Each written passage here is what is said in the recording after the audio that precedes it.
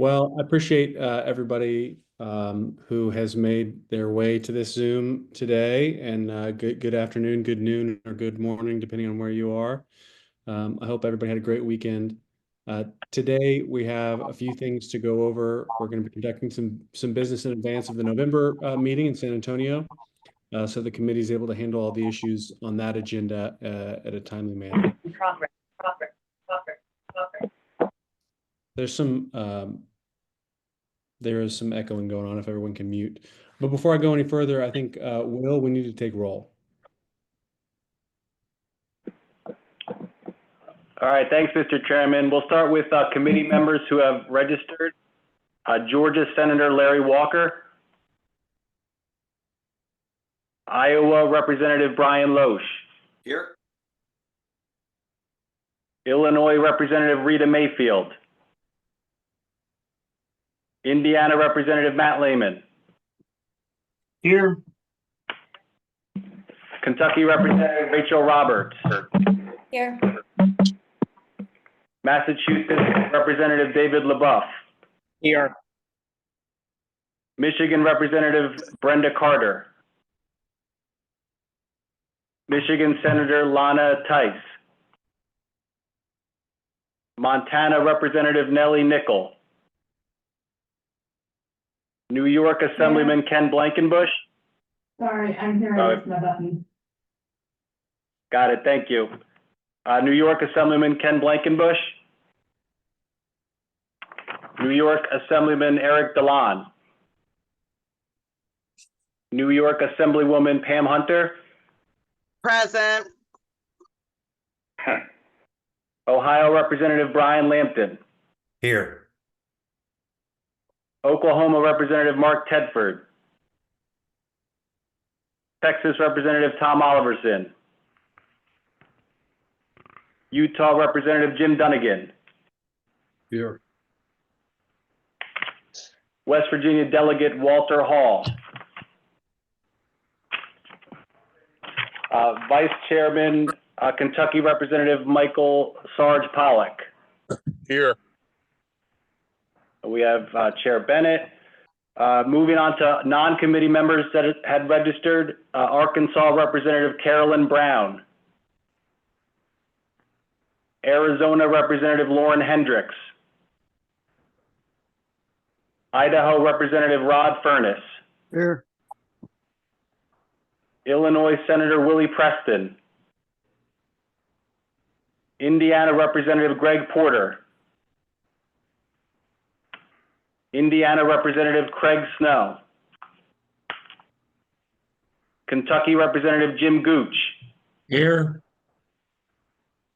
North Carolina Representative James Robertson. Here. New Mexico. Thank you, Representative. New Mexico Senator Pat Woods. New York Senator Pam Helming. New York Assemblyman David Weprin. Here. Oklahoma Representative Ellen Hefner. West Virginia Delegate Kathy Hess-Krause. West Virginia Senator Eric Nelson. Okay, are there any other legislators, President, that I did not call? And sorry I'm late. Ohio Senator Bob Hackett's here. Thanks, Senator. And Representative Kara Pavlak from Connecticut.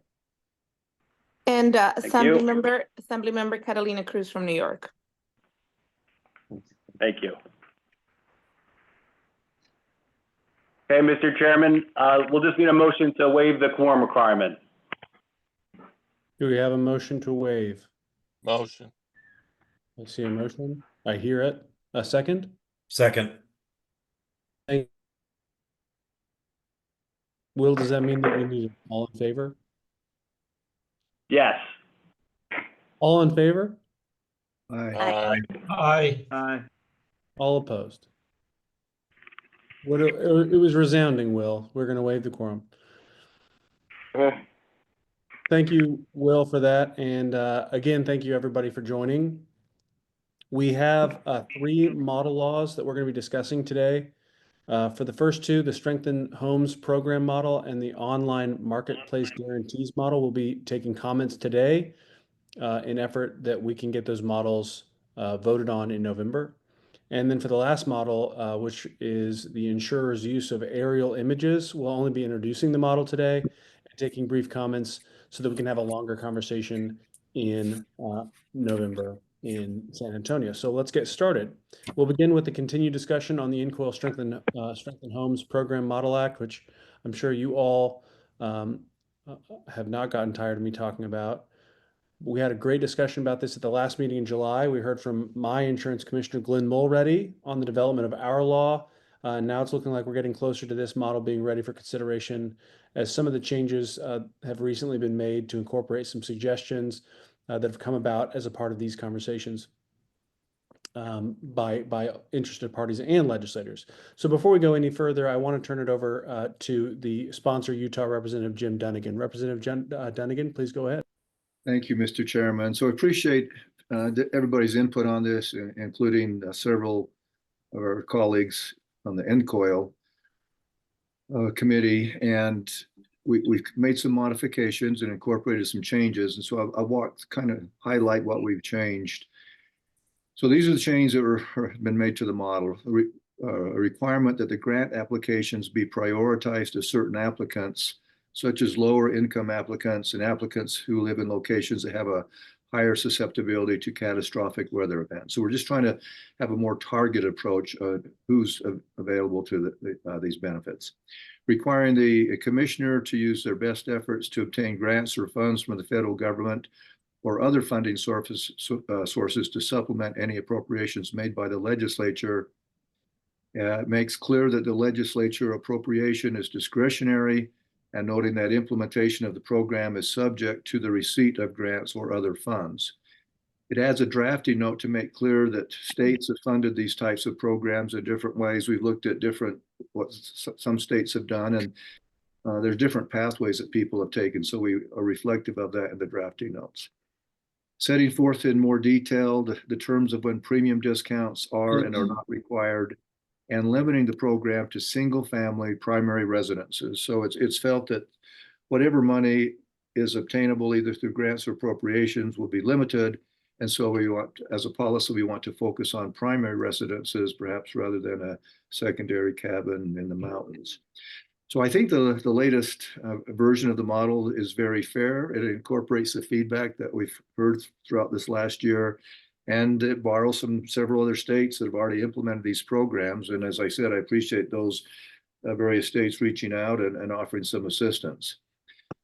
Still, I'm open to changes, and I invite any feedback that you have so we can make it better.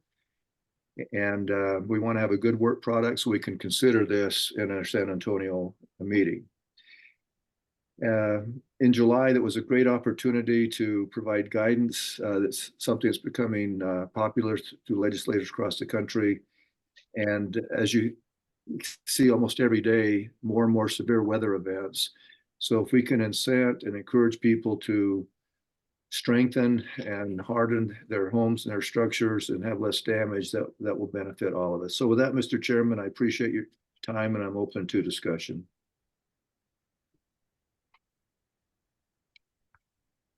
Thank you, Representative Dunnigan, for your continued work on this and for making sure that everybody at the table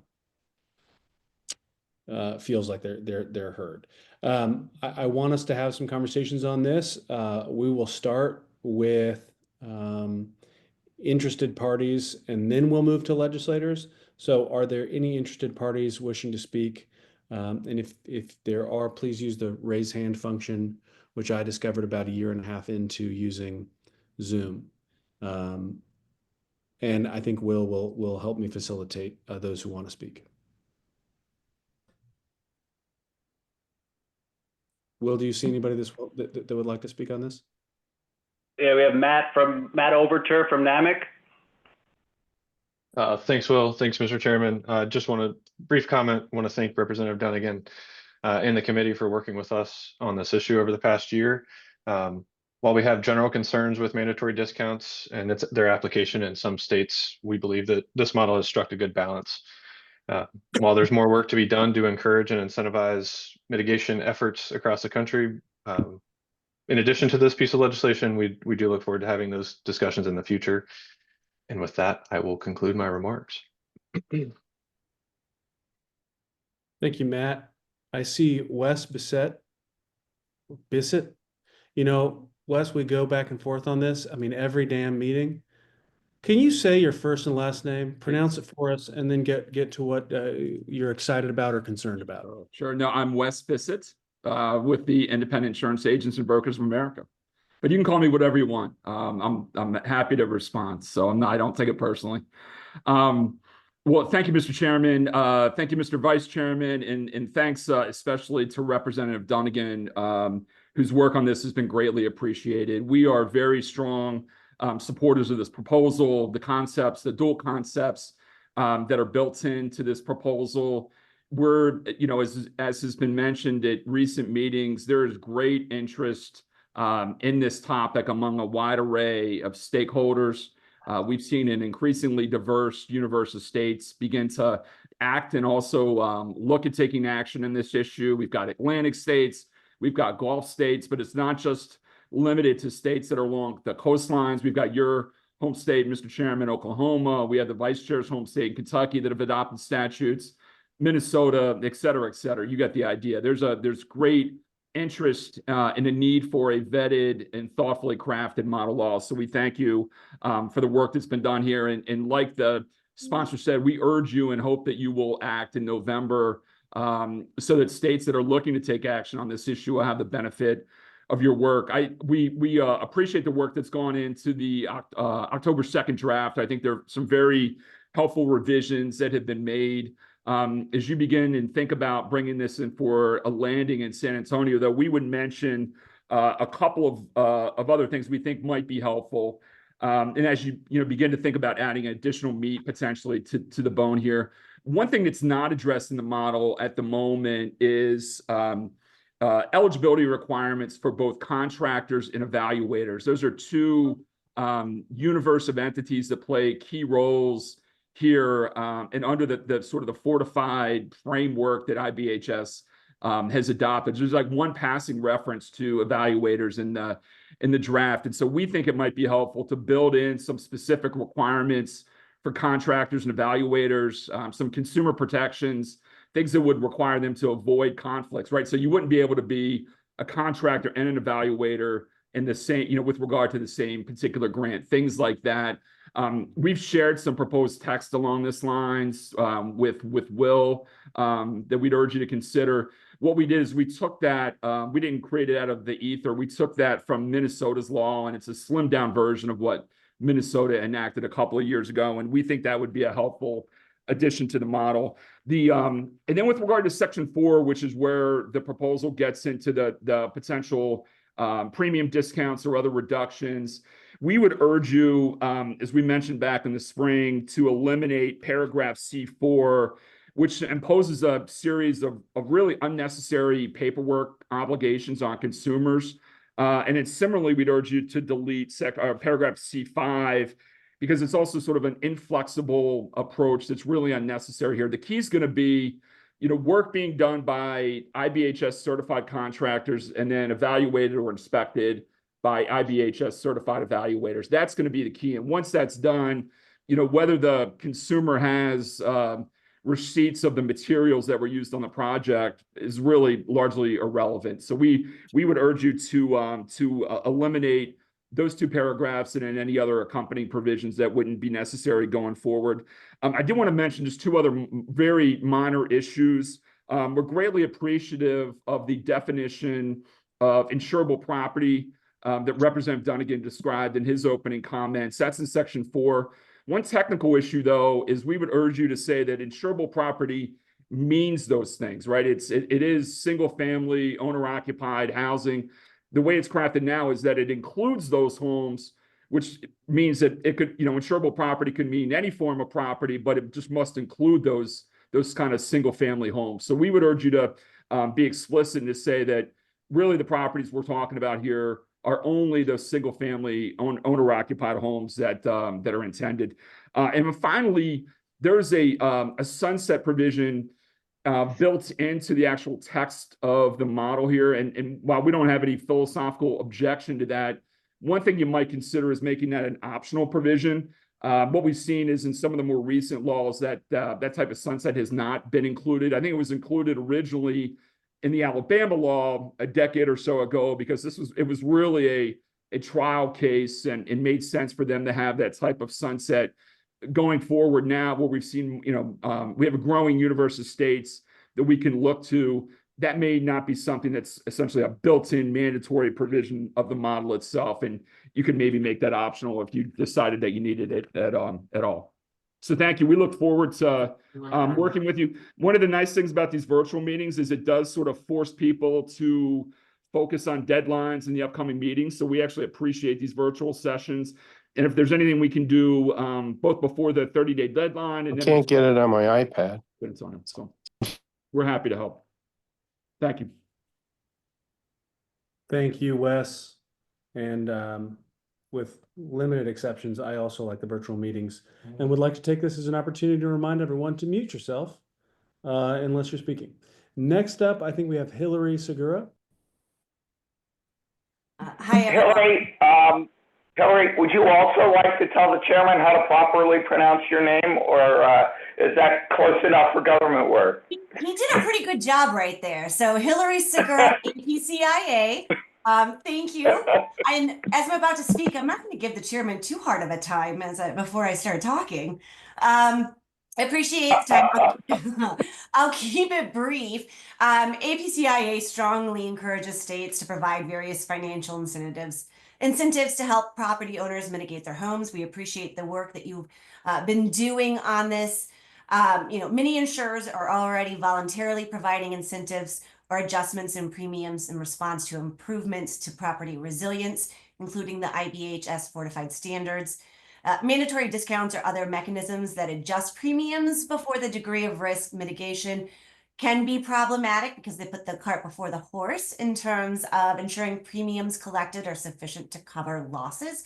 But we do appreciate that the model now does anchor such requirements to the actual actuarial supported determinations.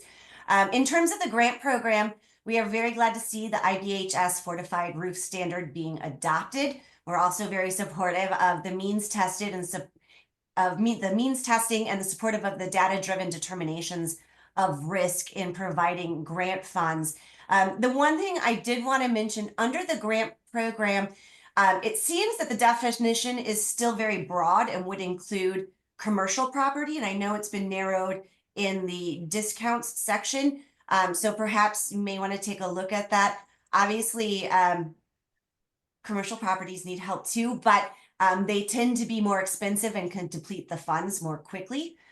So if the model is the strengthened homes model, perhaps it should also mirror the residential owned property in the discount section. Just some food for thought. And I'm happy to answer questions and continue to work with you before we hit San Antonio. Thank you, Hillary, and for affirming that I got your last name. I nailed it. I nailed it I don't know why Bissett is harder. It's where the emphasis is. Anyway, Wes and I can address that offline. And next up, and I did not clear this either because it could be Bach or Back. I think it's Bach. Is Amy Bach with the United Policyholders? It's Bach. Thank you so much. And I think with Bissett, it could be French, right? Could it be Bisset? All right. Thank you so much for just a couple minutes and all the work I know that has been going on this particular model. I'm really chiming in to say a couple things. United Policyholders, I think by now, hopefully many, if not all of you are familiar with us. We're a national 501c3. Where did I put my cup shell? National 501c3 insurance consumer education advocacy group. We've been around since for over 3 decades. So I just one caution about putting all your eggs in the IBHS inspection certification basket is that they are now it's a wonderful organization, growing super fast, but they're being asked to do a lot of things, and we want to make sure that there's a little flexibility in the model for example, a state like California that has an alternative set of standards, the Safer from Wildfires framework. Understandably, it's nice when there's just one, but giving a little bit of flexibility for whatever program is maybe there in the state. Wes made a very important point about figuring out how to ensure some of the integrity of the inspectors, whoever it is that's going to go out and say, this looks good, the work's done, looks solid. He addressed that, like, let's not have people approving their own work, certifying their own work. That's important. But I do think it's something for lawmakers to really be getting their heads around is, are you going to have a registry? Are you going to, and I know a lot of areas already have very, very robust programs, but here, at least in California, we're just building them. We're building those channels to get the inspection information to the insurers. And I think that on this front, I think a lot of insurers are trying to get there.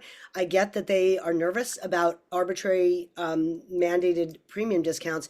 But I think, like, again, like, let's not make the perfect be the enemy of the good. If we don't want rates being excessive, right? So we do need people to be getting rewarded. We do need the rates to reflect reduced risk. Maybe if we can't measure it precisely, we start with a smaller mandated discount, at least to address that property owner concern that why should I undertake these expenses if I'm not going to get a break? So that's really mostly what I wanted to say. I want to say, like, this is so important. You all know this.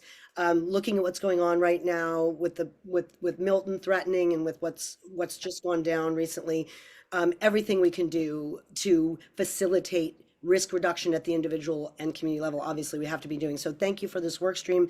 My organization is available as a resource. We have a whole wildfire risk reduction resource center going in California so that in each county, people can click on their county and find out who's giving away money and how. You're also supporting the Thompson-LaMalfa bipartisan effort at the federal level. So hopefully we can all work together. Thank you so much. Thank you, Amy. I appreciated that. I don't see anyone else with their hands up on this issue. So I will now open it to legislators. If any legislators have anything that they'd like to say. I've never met a legislator who didn't. And if you need to use your hand raise function, you can do that. I'm not seeing anybody. Will, are you seeing anybody? No, don't see anyone, Mr. Chairman. Okay, well, I tried to give people an opportunity. I'm going to move on then. Is there anything else, Representative Dunnigan, you'd like to say as we wrap up this part of the meeting? Just briefly. So, Mr. Chairman, thank you for allowing me to present this. And to the commenters, I've written down your questions, concerns. So I'll take a look at those and see what we can incorporate and see what makes sense. But I think there have been some very good suggestions offered. And so thank you very much, Mr. Chair. You're very welcome, Representative, for all my generosity that I've extended to you. All right, next up, we are going to have a continued discussion on the NCOIL Online Marketplace Guarantees Model Act. If you recall, we've been having a pretty good dialogue about this model throughout the year, and I think we're getting closer to where we could be voting on this in November. I have signed on as co-author on this model because I think it does a good job of clarifying certain liability related issues within the sharing economy. And before we go any further, I will turn things over to the sponsor of the model, Ohio Representative Brian Lampton, whose name I'm sure I got right. Representative Lampton, please go ahead. Yes, sir. Very good.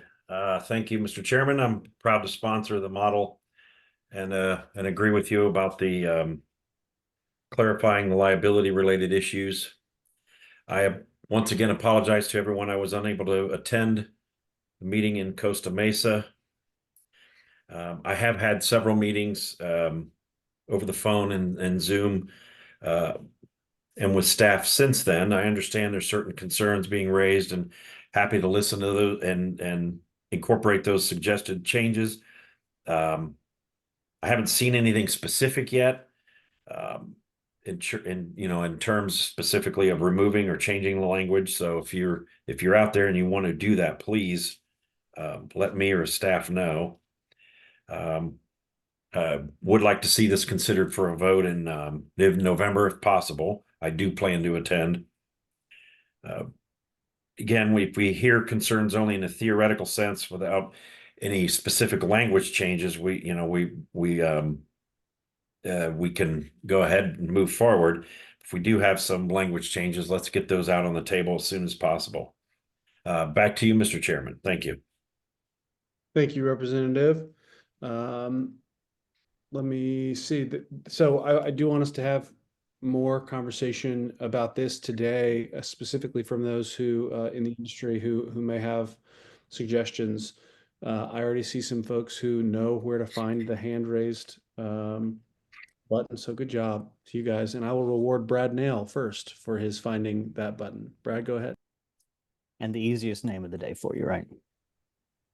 So I want to echo what Representative Lampton said about the process to date. I just want to stress three things. There are about 23 states that have statutory language permitting guarantees to be included in contracts. Almost none of them have requirements that give states and regulators insight into who is doing what in the market. So this bill will help inform those states that already have some laws about this activity without being overly restrictive or overly prescriptive about it. In the other states that don't already have statutory language, there is typically some case law dating back that either directly or indirectly addresses these types of guarantees. But that case law or their common law interpretations sometimes leave some regulators with questions. We're seeing this play out in a couple of states right now where insurance regulators want to look at this practice. So this model will bring clarity for regulators as to when and how these guarantees may operate. So I think this model will be the appropriate exercise of legislative authority to set the parameters under which those regulators will operate. And then lastly, the intent of this model has been to limit it to true guarantees. These are situations where a company that is not in the business of insurance, that is in the business of providing some other product or service to consumers, offers to back that product or service with a guarantee. It's similar to service contracts. It's similar to warranties, both of which are often addressed in your statutes. We do not want companies to use this law to get around insurance laws by selling something that should rightly be regulated as insurance. The changes that were made to this model language in the summer were intended to tighten it up and narrow that scope. We think the current language accomplishes that, and in soliciting input from other stakeholders, we haven't had any more specific changes requested at this time. So to conclude, on behalf of Airbnb, we support the model in its current form, and we hope that the committee will be in a position to take it up and give it a final consideration in San Antonio. Thank you, Mr. Chairman. Thank you, Brad. Appreciate that, and appreciate you being at the table for this for these conversations. We have Hillary Segura, who's already visited us today. So please, Hillary, go ahead. And you nailed it a second time, so I appreciate it.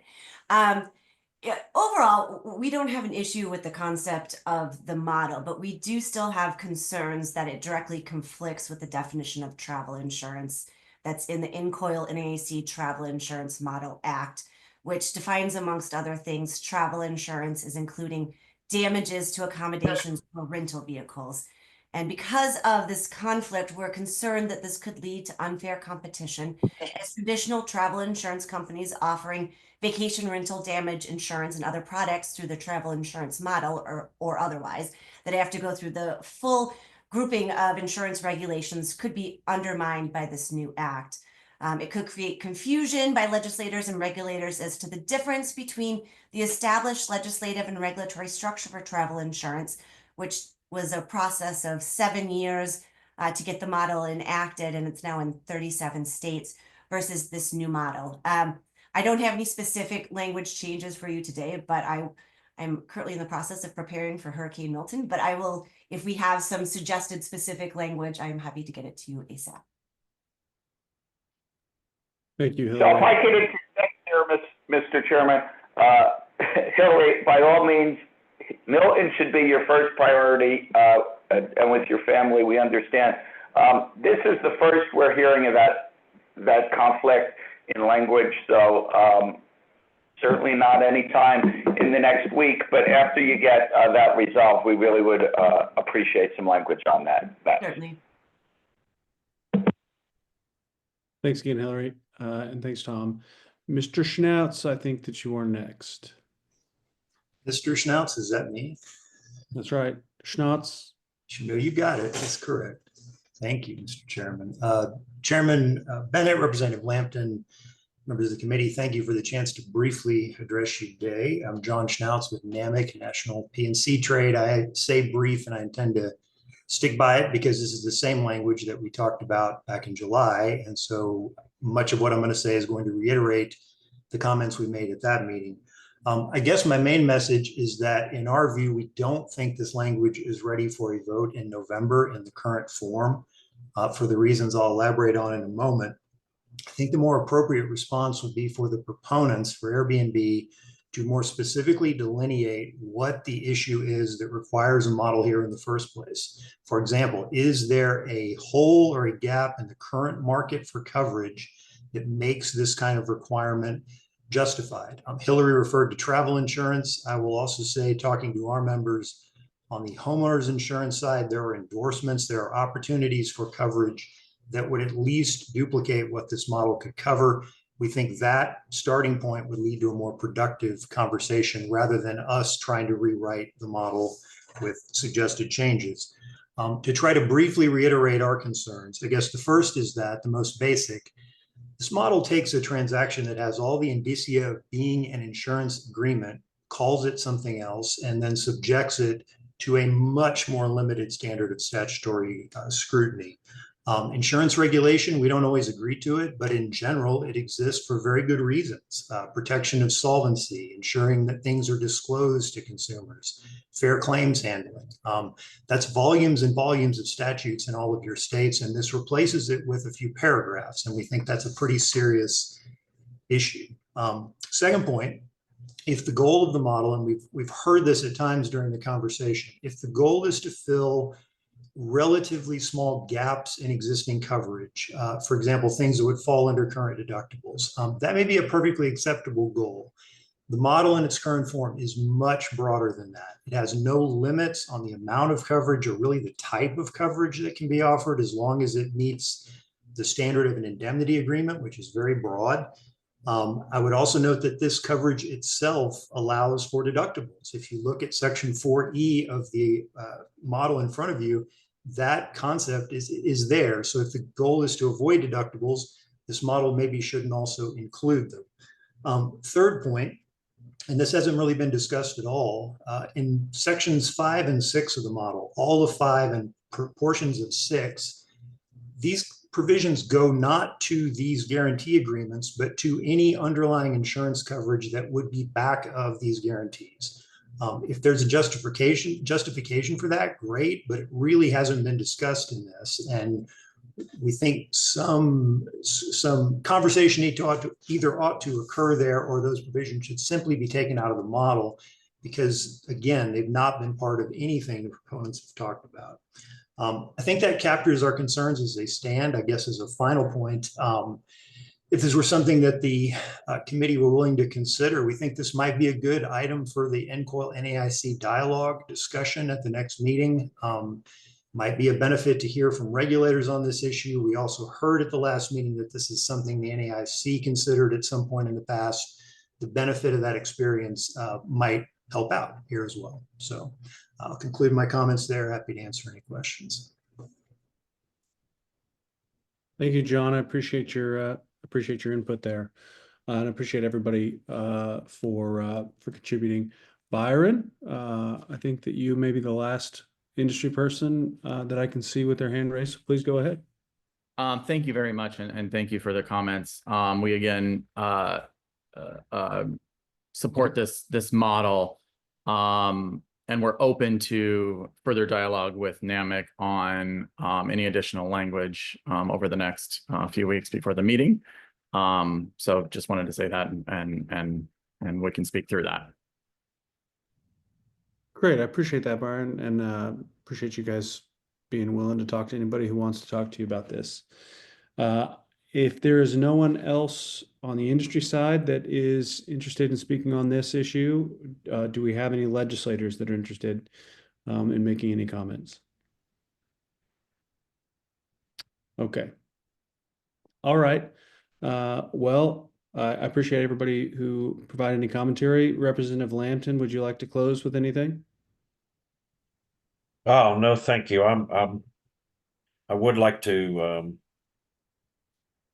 have some more discussion with NAMIC there on these their concerns. I just kind of briefly going over section 5 here, and it doesn't. Anyway, I think some good discussion can shed some more light on this for me. I'd appreciate it. Great. Make sure that you and John get hooked up between now and San Antonio. But I appreciate your work on this, Representative. And I want you to know we did miss you at the last meeting, but I got to present in your behalf, and still somehow this thing's still on the rails. So I'm thrilled about it. Good. Thank you, everyone, and let's make sure, Tom and Will, that we get folks connected to make sure that they finish their conversations before the November meeting. The last thing that we have on our agenda, folks, I want to be very clear, is this regarding insurers' use of aerial images. We are going to have a conversation today about this. We're going to have a much more robust conversation about it in November. As the chairman of this committee, I can tell you that under no circumstances am I planning to have any kind of vote about this model legislation at the November meeting. We just want to have the conversation. I think that we've had some interesting presentations on this so far, and I think it's worth a lot more exploration. So I just wanted to say that up on the front end that again, we'll talk about it today, but we'll talk about it quite a bit in San Antonio, and there's no vote planned for that meeting, and there won't be one. So with that, I want to open that up to the conversation. As you know, the model stems from a general session that we had in July in Costa Mesa. And as the title of the model suggests, it deals with insurers' use of aerial images and making coverage determinations. I want to note, again, this is just meant for introductory purposes, and we'll make sure that everybody gets a copy of the model before the November meeting. So if there are any interested parties looking to make any comments, please keep your remarks a little bit shorter today, just so that we can have the breadth of this conversation in November when everybody's at the table. With that, I see already some folks in the queue. Amy Bach from United Policyholders, you go ahead and go first. Thank you so much. So I was very excited to see you taking up this concept, and that I was able to articulate some of it at your meeting. Sorry, Amy? Sure. Hi. Amy, I'm sorry for just a second. Mr. Chairman, I know you intended to go to the sponsor before the interested parties, so maybe we could just backtrack a half a second. Sounds great. You're right, I did. You're right, I did mean to do that, Tom. And thanks for keeping me honest. I guess I just have something against David LaBeouf from Massachusetts. I apologize. Well, I think the fact is that Amy is just so compelling. We all do like to hear from her so much. Yeah, she's a pretty effective advocate. She got in there, and anyway, yeah, I apologize. Is Representative LaBeouf available to you can critique me on the front end and then get to your comments, or you can just jump right into them. But Representative LaBeouf, are you around? Oh, I can speak to it. Again, thank you, Mr. Chairman, and everyone for taking the time to be at this meeting today. And I'll be very brief. Really, what the genesis of this Model Act came from is I'm sure many of you have been receiving increased calls. I had gotten a barrage of calls from a reporter who was doing a story on a situation where a aerial photograph had done a review of a roof and denied coverage and had misidentified what was assumed to be damage on that property, which was actually solar panels.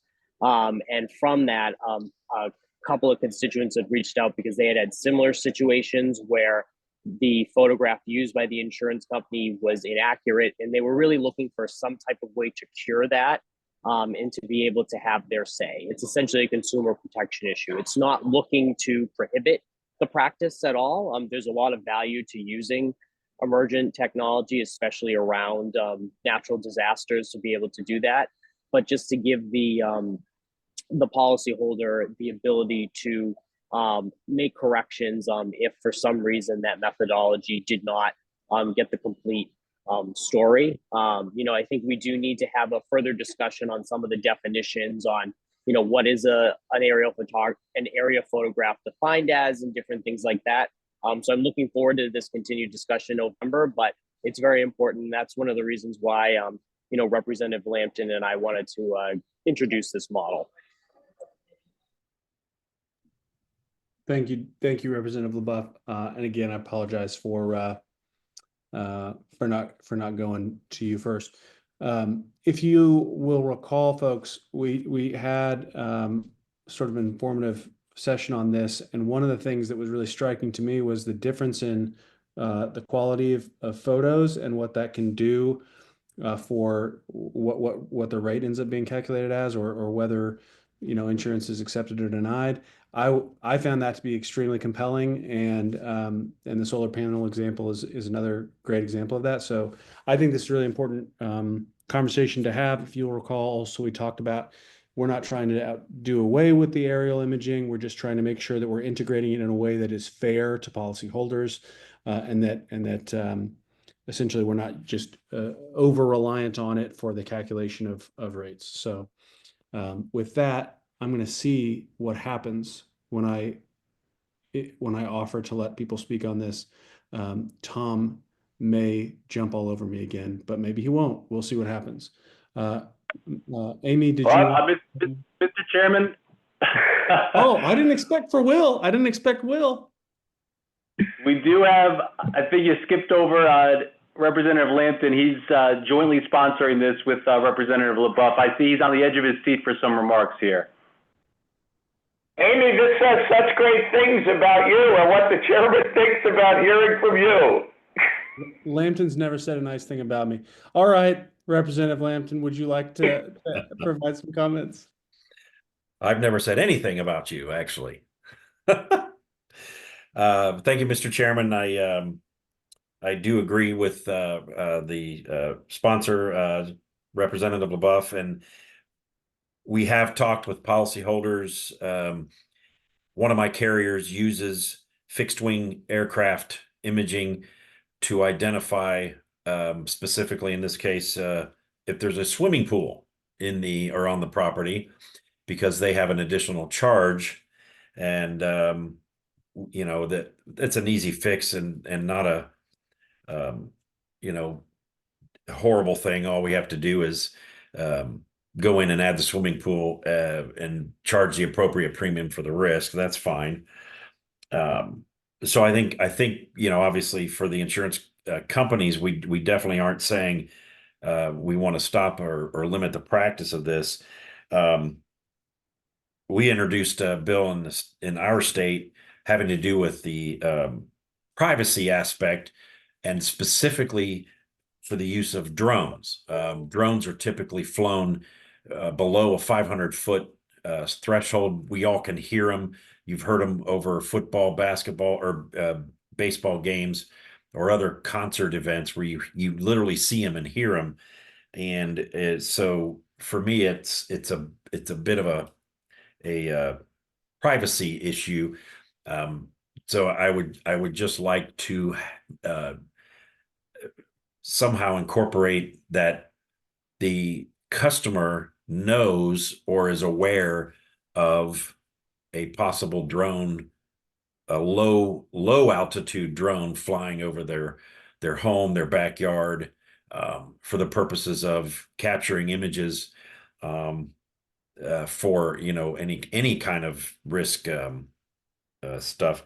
Because I think if you're hanging out on your back patio enjoying a cocktail and a cigar, and a drone flies overhead, and you're not expecting it, it can be a bit surprising and perhaps quite alarming.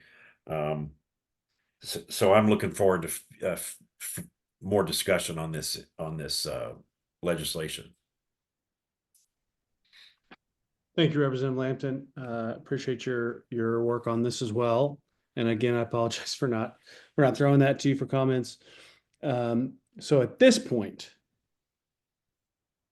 Tom and Will, I believe, have authorized me to let other people speak about it. And we will go to Hillary Segura first. And if Amy Bach of United Policyholders wanted to get back in the queue and finish her comments, that's great too. But Hillary, we'll go to you first. Great, thank you. Just a few comments, and I'll keep it brief, as I know this is our initial conversation regarding the model. I think it's very important to our members that we make certain that any model doesn't prohibit, restrict, or limit insurers' use of aerial imagery in underwriting, rating, and claims handling. A couple of comments regarding the substance of the bill. I think ensuring images of being not older than 12 months could be very problematic. There are many service providers of aerial images supply photos that are older than 12 months and that are still very accurate. The section regarding the carrier's processes and point of contact, that should already be established as underwriting evaluations take place with or without using aerial imagery. Usually the initial contact is the policyholder's agent. Disclosing the risk score may be problematic, as many insurers use third parties and their scoring systems may be protected IP and or by contract between the insurers and the service providers.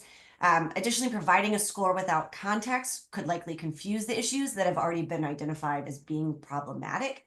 If carriers use risk scores, though they likely vary from carrier to carrier. And then finally, there shouldn't be a separate window of a cure period that's different than existing state law. Carriers' underwriting processes are set up to comply with states in which they operate, and they should be allowed to make the decisions that comply with existing laws and regulations. And I said that was my last point. It wasn't. I've got one more. A carrier may not want to remain on risk that cures some, if not all, of the issues that were identified. So they should still be allowed to make appropriate business decisions within their underwriting guidelines. So I'll stop there, and I know we'll have more conversation about this in San Antonio, but just wanted to bring up our initial thoughts and reactions to the model. Appreciate that, Hillary, and I know that sort of finding the line between consumer protection and not inhibiting the industry is going to be a fine line, but I'm sure because everyone is so thoughtful and considerate at NCOIL that we will figure out a way forward. So I appreciate that. Amy, I apologize for having cut you off multiple times. Please go ahead. No apologies necessary. I'm very grateful to this body for taking up this issue. I think that we have to all recognize that the use of aerial imagery combined with artificial intelligence and risk scoring and models has had a dramatic national impact on availability and affordability of property insurance that's impacting every one of your jurisdictions. And so I think that recognizing that, I think what we're trying to do here, what I believe that all of you will want to do, is to find that right balance so that we're getting where we want to go, which is if people know what characteristics of the property run afoul of their insurer's underwriting guidelines, that they know what they are, they have a chance to address them, and that's sort of one of the most important parts of it, I think, this proposal. The harder piece is, okay, then what, right? What once they've remedied, then that's a trickier part, but I think that just trying to fine tune the tech here is what we got to do, because it just kind of exploded on us, it feels like. And we went from insurers being willing to insure properties that had lots of flaws to now them being much, much more selective. So because we are hearing from so many consumers who say, I got non-renewed, I don't really understand why, nothing's changed from my perspective. So consumer information is one thing. I also do think, I don't have to respectfully disagree with Hillary, that I think we do need people to know what the risk scores are, because and I know that there are different risk scoring systems, but again, we do require people to be able to access their credit score, because your credit score impacts the cost of of credit for you. And so here, because your insurance score impacts the cost and availability of insurance for you, we do need to give consumers that information so they can do the right thing to the extent they can, and improve the conditions and be able to keep their homes protected. So that's really all I want to say. I unfortunately cannot be with you in San Antonio, but my colleague Joel Loucher, who's longtime regulatory expert who ran the Rate Reg Bureau for many years at a state insurance department, will be there to talk a little bit more about the mechanics. But again, I so appreciate the introduction of this measure. My organization stands ready and willing to help in any way we can. And thank you all so much for your time and consideration. Thank you, Amy.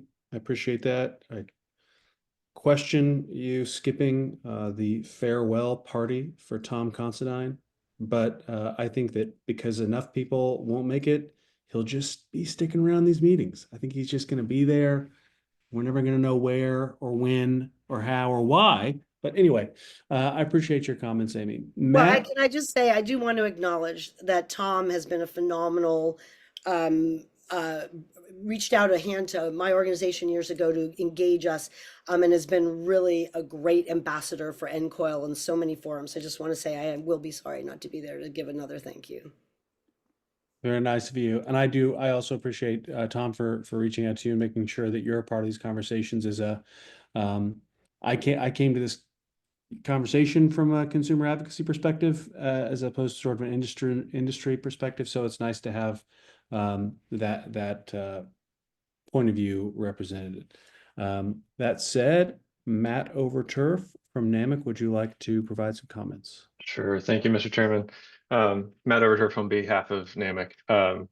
So we've sent this out to our members, and we're still collecting feedback. I will say initial passes, we have several concerns. Hillary outlined several of those, so I won't be overly repetitive. But as I said in July, as I got to participate on the general session panel, on one hand, we believe that there are existing laws and regulations already on the books in the states that are sufficient to address how insurers cancel and non-renew policies. And in addition, aerial images are a valuable part of assessing risk. And we believe that they should be permitted, and not just permitted, but encouraged by policymakers. Unfortunately, as drafted, this model lays a lot of burdens towards that could discourage the use of aerial images. And for those reasons, we want to flag those concerns. We look forward to the continued discussion in November. And I will conclude my remarks there. Thank you, Matt. I appreciate that. Wes from the Big I.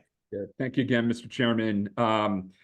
So we really appreciate, again, I'm Wes Bissett with the Independent Insurance Agents and Brokers of America. We really appreciate the introduction of this proposal and look at it very positively. We thank both of the sponsors for their leadership and putting this out. We, like NAMIC, have just sort of begun to circulate this and get feedback, but unlike NAMIC, the initial feedback that we've received is very positive. So we look forward to working with the sponsors, the committee, and others on this as things move forward. One concern we heard from APCIA is there may be some issues because this proposal contemplates a different timeline than perhaps some of the state non-renewal statutes. And to the extent that that's a real concern, states could always extend their non-renewal statutes if they're shorter than 60 days to 60 days. And I know that's something that a variety of jurisdictions are looking at now. There's a strong argument to be made that a 30-day non-renewal period in this type of market is way too short. So perhaps that's another way at bringing about consistency if that's truly a concern for APCIA and its members. So thank you very much, Mr. Chairman. We look very much forward to being part of that discussion this going forward. Thank you, Wes. Appreciate that. I do not see anyone else from the industry side who's got their hand raised. I want to make sure I'm talking slowly, so if there's anybody that decides that they need to jump in, they can. Anybody else from the industry side interested? Okay.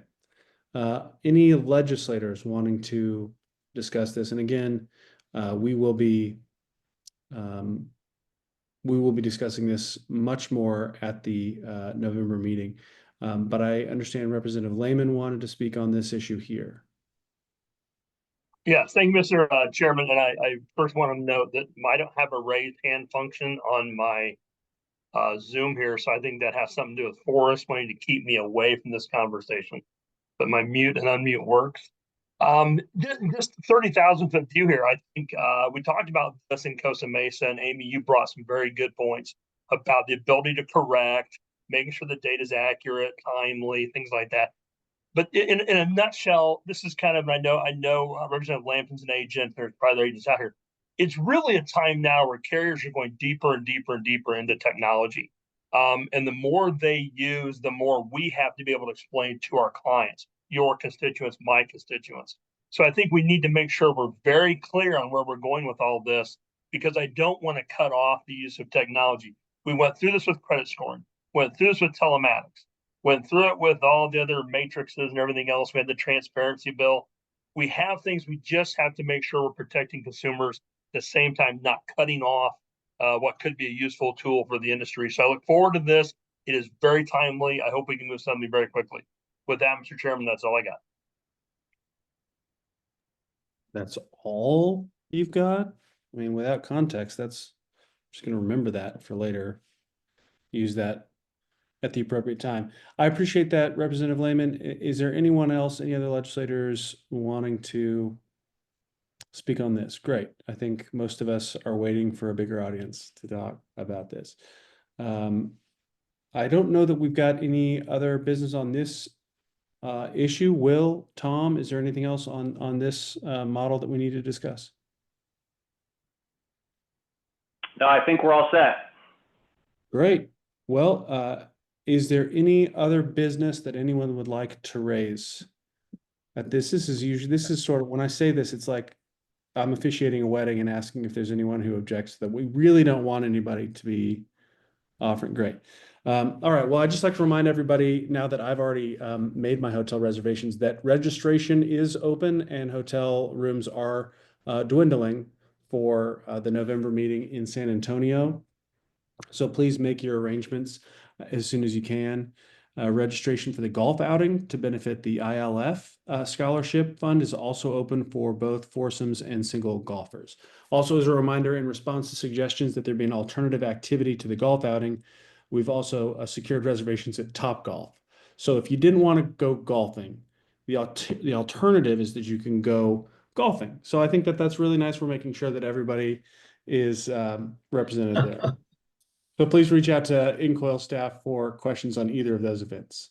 Okay, so Mr. Chairman, you were not at the joint industry NCOIL event where some industry members suggested, Representative Roberts, you can attest to this, and I think Representative Lampton as well, that somebody put their hand up and said, listen, for those of us who don't golf, how about there be a Topgolf alternative? And so we embraced that in response to, and when I say industry, it wasn't just industry, there were consumers in the room as well, to an interested party's demand. So there. That is true, Tom, but what stuck out for me was the spa alternative, which I did not hear in this conversation. It priced off the charts. It just didn't work out pricing wise. Representative Lampton was very disappointed about there being no spa alternative, surpassed only by Representative Lehman. Why was I thrown into that? Anyway, hey, by the way, Mr. Chairman, I found my West Bissett helped me find my little raised hand button, so it wasn't your fault. So that's just an old man unknowing technology. Thank you for correcting me. I know about technology. If I had the capacity to do things like mess with other people's hand raise functions, you'd think that I'd be much more powerful than a member of a super minority in a red state. So, well, listen, everybody, I appreciate your. So, do you need a motion to adjourn? Yes, that's exactly what we need. I move. Second. So, do I have a second? Second. So many seconds. Everybody's trying to get to the spa. Well, everyone, thank you so much for being a part of this meeting today. Happy Monday to everyone. And I look forward to seeing everybody in San Antonio. And if there's anything that anybody needs with regard to this committee, please reach out to me, Will or Tom between now and San Antonio. With that, have a great day, everybody. Thanks, everybody. Bye-bye. Thank you.